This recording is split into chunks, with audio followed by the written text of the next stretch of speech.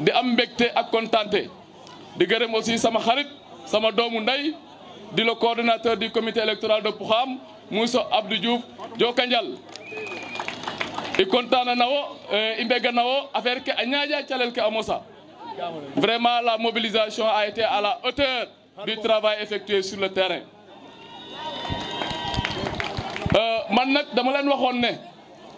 ñun waa Poukham liggéey la ñu gëm te bu ñu xesee ba tànn fi ñu far kenn dootu ko naatable yaakaar naa ne lii firndeel na ne Poukham pare na pour falaat monsieur Macky Sall sans état d'âme et 100% au soir du 24 février prochain. Loolu nag moo taxoon ma ne ñun de nekkatuñu au temps des lamentations. Actuellement, c'est pas l'heure des déclarations ou bien des réclamations. Nous sommes actuellement à l'heure de l'unité. yaakaar naa ne unité boobu moo feeñ fii tey ba Poukham ak Mindiène ak Kandiou ak Pinédéyine nanguma denk kaddu yi may wax ci seen tur néew naa ci sool xam naa ne bu ma juumee di ngeen ma baal ndaxte wax dafa yombul wax rawatina nag ñu jéebal la kaddu yoo xamante ne kaddu yu bëri la mais rek li ma leen bëgg a xamal mooy le message est unanime maanaam li ñu soxal ñun ñëpp mooy tey gii ñu fexe ba Macky Sall amaat un deuxième mandat au soir du 24 février. loolu nag liggéey la laaj ni ko Macky Sall waxee ñëpp dégg nañ ko il fallait commencer par les porte-à-porte may naan Jokanjal la jeunesse de Poukham. Tout le monde a été mobilisé pour entrer dans toutes les maisons de Poukham en passant par Mindiène Kandiou jusqu'à Pinédéyine. Toutes les maisons ont été faites. yaakaar naa ne loolu moo waral tey gi mobilisation bi ñëpp ànd en concert pour fêter aujourd'hui. À partir d'aujourd'hui, Poukham est en train de fêter la victoire du président Macky Sall au soir du 24 février prochain. ñun dañoo pare képp ku parewul ñun pare nañu na gaa yi roy ci waa Poukham jafe-jafe du ñàkk tolof-tolof du ñàkk nit ku ne am na lu la naqari nit ku ne am na loo xamante ne motlewoo ko mais dafa am fu ñuy toll ci jamono day laaj nag ñu xoolaat bu baax suñuy doxalin xool aussi li ñu bëgg a def ak fi ñu bëgg a jëm ak li ñu intéressé ak li ñu boole. yaakaar naa ne tey li ñu boole mooy doomu dëkk bi doomu réew mi def fi loo xamante ne kenn mosu ko fee def fi loo xamante ne aussi ñëpp xam nañ ne lii moom teg nañ ci suñu bët buñ ko saganee ba ñàkk ko ba mu demaat feneen ñu koy wutiwaat ñàkku fula la ñàkku fayda la waa Poukham ñàkkuñu fula ñàkkuñu fayda on sera toujours au devant de la scène pour combattre de telle sorte que le président Macky Sall am victoire la victoire escomptée au soir du 24 février prochain. ñun nag dama bëgg jeunesse bi yëpp laay waxal muy Poukham ak Fatick ak département bi nañ xam ne Macky Sall ñun lañu yaakaar Macky Sall te ñun la gëm Macky Sall aussi ñun la bëgg ñu liggéeyal ko liggéey boobu nag mënuñ ko def dans la division nañu booloo am esprit de dépassement amul jiite amul naka jiite l'essentiel na Macky Sall gagné.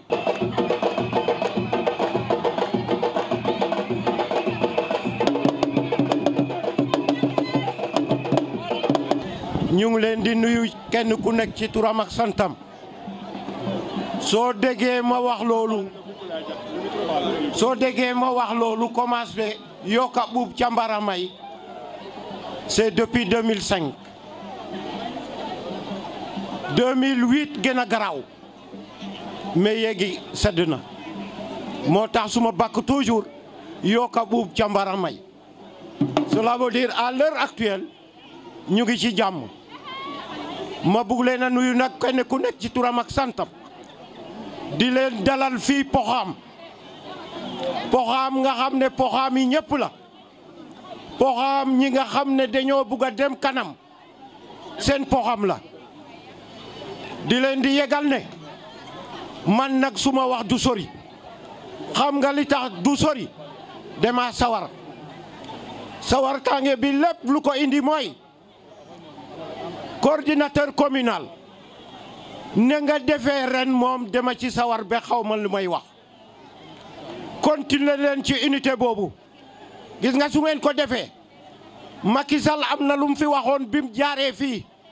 dineen méngaleeg waa Fuuta mais yaakaar naa ne su ngeen continuer ci action bi yaakaar naa ne ren dinañ leen dóor ñu daanu te moom lañ bëggu ma di leen di yëgal leen rek nag poxaami Macky Sall la premier tour 2012 su nekkoon poxam rek kon ñu fal Macky Sall kon du dem deuxième tour 85% lañ amoon premier tour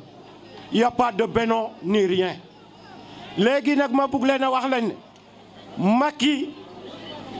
85% ma wax leen ne am na ay 4 combattants derrière lui donc nañ ko may 10% ñu dem bi yoon 90%. ngeen góorgóorlu waa Fatick puisque man miy wax ak yéen toujours damay am kayit yi 85 lañ amoon Macky Sall am 78 na am 90 comme ñun 90 lañ ko laaj ku nekk fii te am centre de vote te nekk au nominé na nga fexe ba am 90%. ni nga koy amee nag mooy manko bokku ndey bokku baay balaa may terminer may remercier xale yi ci dëkk bi parce que trop c'est trop 74 en nos jours c'est pas un seul jour su ko defee moo tax biñ toogee di former comité électoral lenn rek laa leen wax saay bu ngeen amee problème on récupère ça mais su ngeen amul problème danañ leen gunge ba fu ngeen mën a yem et je maintiens ma parole. ku fi xew tey Macky Sall tax nga xew comme Macky xewle nag nañ fexe teew fa bay xewi te nag bu xam fii ñun tey moom du ñu revendiquer dara du ñu def benn doléance parce que nag dama dégg temps yële ñoom Matar di activer le Fatick du futur ma ne ñun fondé Fatick du futur ci la pour xam baaxee li nga xam ne moom la ñu président Macky Sall waxoon yëpp bassin de rétention moo ci des am nañ école am nañ case de santé am nañ adduction d'eau am nañ électrification am nañ magasin céréalier am nañ abattoir am nañ gendarmerie nationale l'université est là donc tout ce qui a été dit dans le Fatick du futur bi nga xam ne man j'ai la brochure bassin de rétention moo ci def soxlaa duñ ko parce que amatuñ espace kon li Macky waxoon ak ñun yëpp def na ko nit nag booy ànd ak moom mu jox la ndekki ne la dinaa la may añ bu yeboo nga gëm ko te man nag wax dëgg yàlla damaa mënul a gis ginaar di topp ku yor paaka bàyyi ku yor dugub te ñuy wax nag bari nañ waaye man nag damaa bëgg ñun ñu am suñu fulla ak suñu fayda bu xam moom comme ni ko Jijek waxee ñun suñu taux amul wàññeeku day yokku rek 85% jëm 90% moom la ñuy voté tout le temps te ñooy njëkk a pare kon ñun amuñu problème boobu ñun daal li ñu bëgg mooy yéen waa Fatick nii ngeen def tey ñëw fii bu xam def leen noonu dajaloo booloo su ko defee ñun ñuy ànd ak yéen ñu xam nu ñuy def mais bu ngeen tasaaroo nag da ngeen ñuy sonal su ngeen dajaloo ngeen noppal ñu waaye bu ngeen tasaaroo di ngeen ñu sonal lool parce que tey Alaaji Diouf suma jarbaat la waaye Matar mooy denc suma doom kon mënuma yéene Alaaji jàmm te yéene ma Matar jàmm parce que bu ndey Issa jooyee man lay njëkk a gis kon nag yéen ñëpp dajaloo leen booloo Adama Ndour yéen ñii nekk fii tey mun naa wax ne l'alternance générationnelle a commencé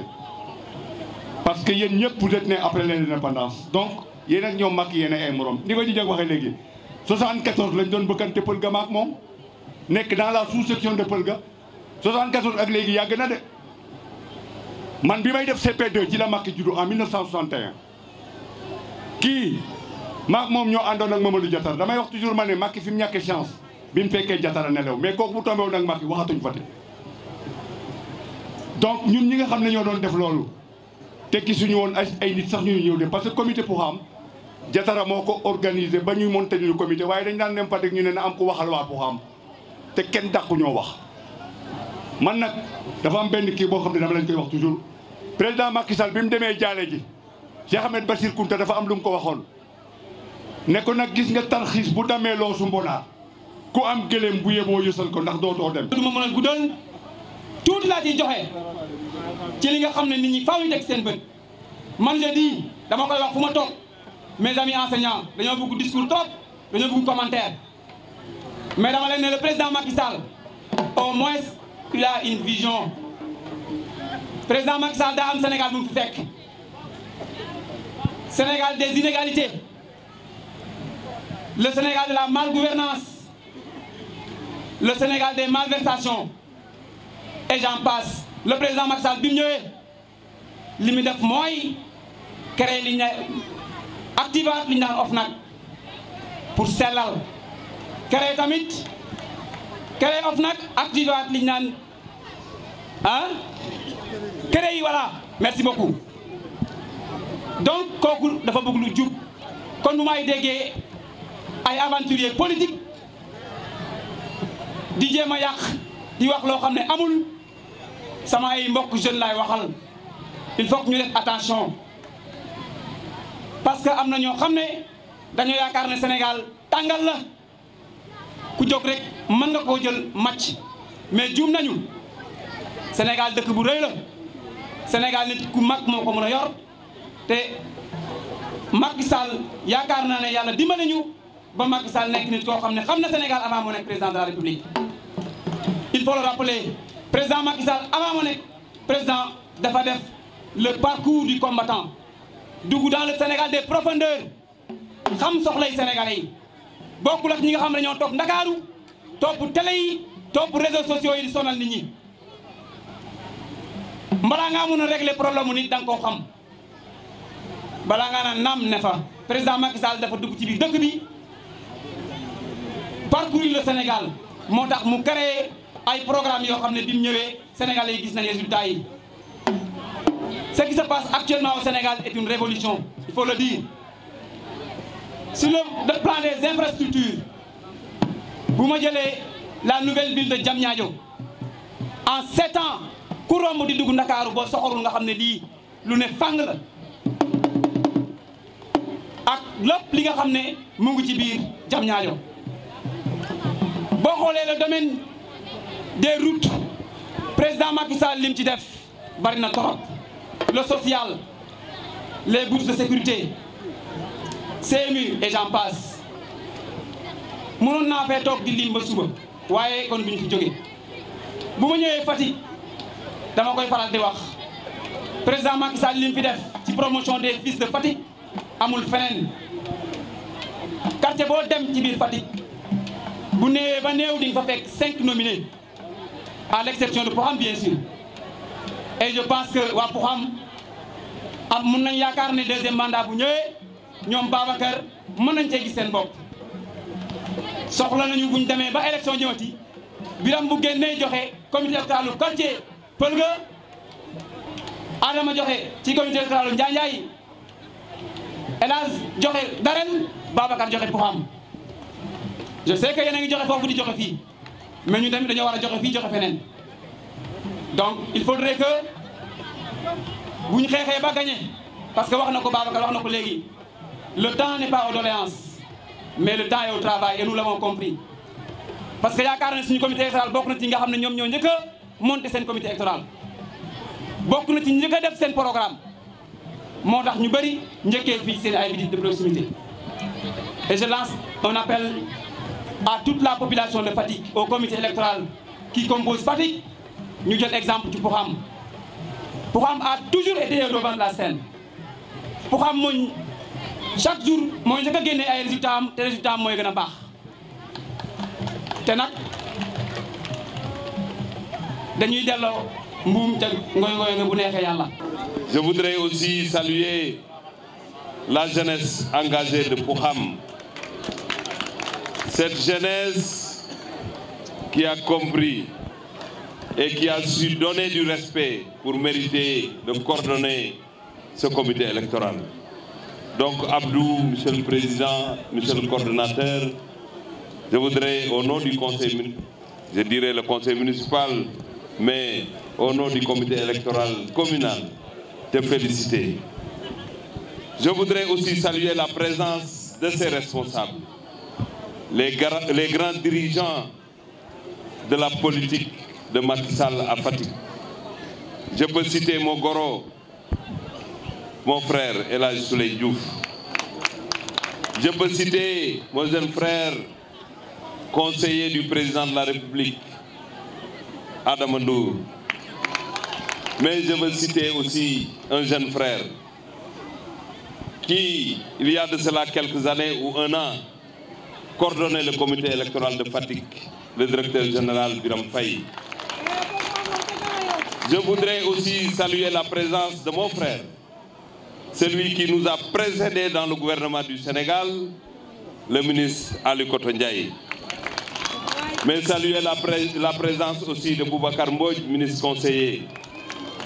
Saluer la présence aussi de notre doyen qui s'occupe de tout ce qui est élection à Fatick, le doyen Abdourahmane Faye, plus connu sous le nom de Pecos. Je dis que en tout cas kii wax na ma léegi ne bu ko waxati Pecos parce que oma ko fatalayel Abdourahmane, il n'y a pas de souci.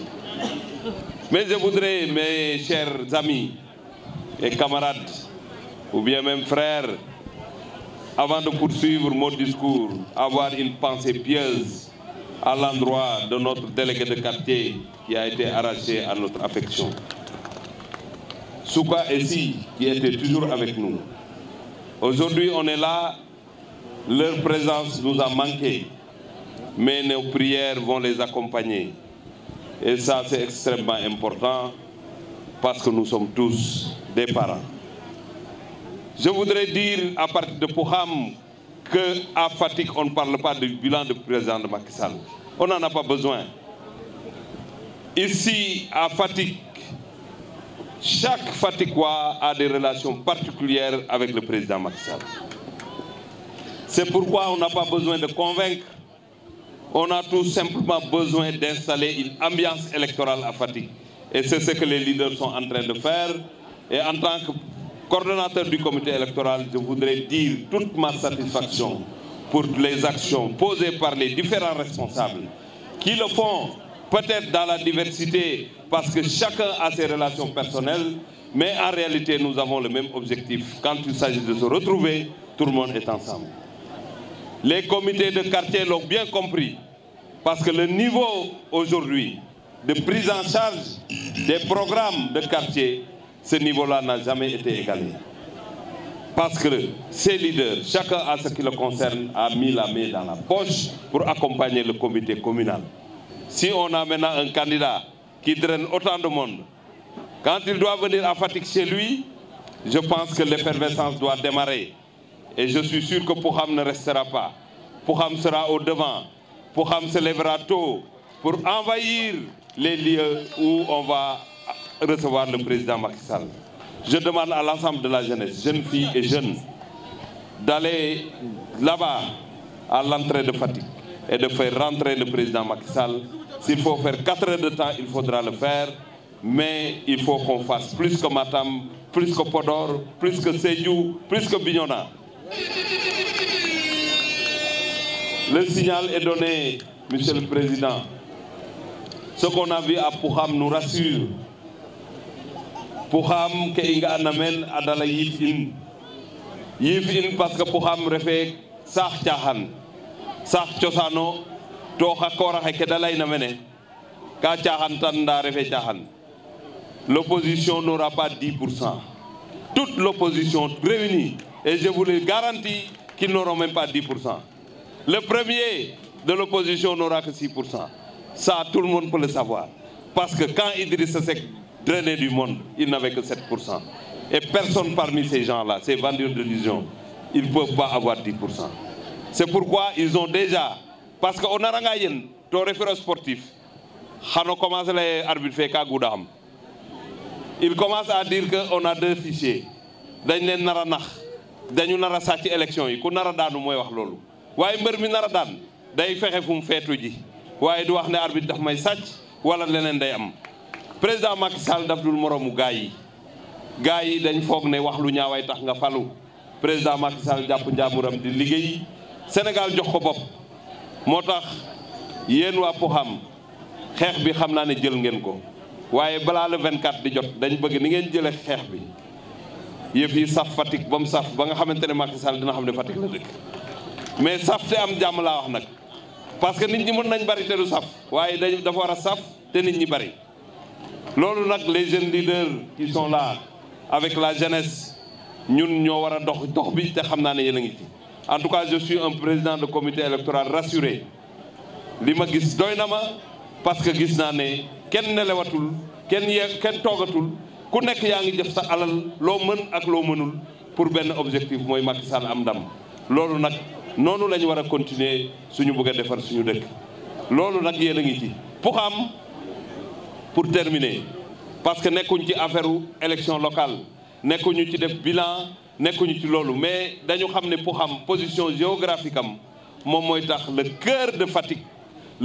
de Fatick nekk nar a nekk une ville émergente ce sera Pouham parce qu'il y a plus de foncier ailleurs il y a que vers Niakhar qu'on peut aller et la cohérence territoriale la proposition qu'on a faite Fatick doit dépasser Mbane, les frontières de Fatick doivent dépasser Mbane. Que ça soit l'université, que ça soit tout ce qu'on devrait faire à Fatick pour accompagner le développement de cette ville, ce sera vers Pouham. Kon lépp lu fi metti nit nañu ko xam ne day jeex Pouham sera relié par le goudron à Fatick fii day am goudron parce qu'on a 8 kilomètres de route et les 3 kilomètres sont réservés pour relier Pouham à Fatick. Qu'est-ce qui reste? Je ne vois pas. On parlait de bassin de rétention, on n'en a plus besoin. Parce qu'on va faire le remblai pour récupérer ce foncier-là, remettre ça aux hommes de Fatick, aux femmes de Fatick pour le développement de cette ville. Et je vais terminer par rassurer nos habitants de Pouham. L'enquête d'Oukatan, on a déjà donné des instructions pour qu'on arrête de faire de lotissement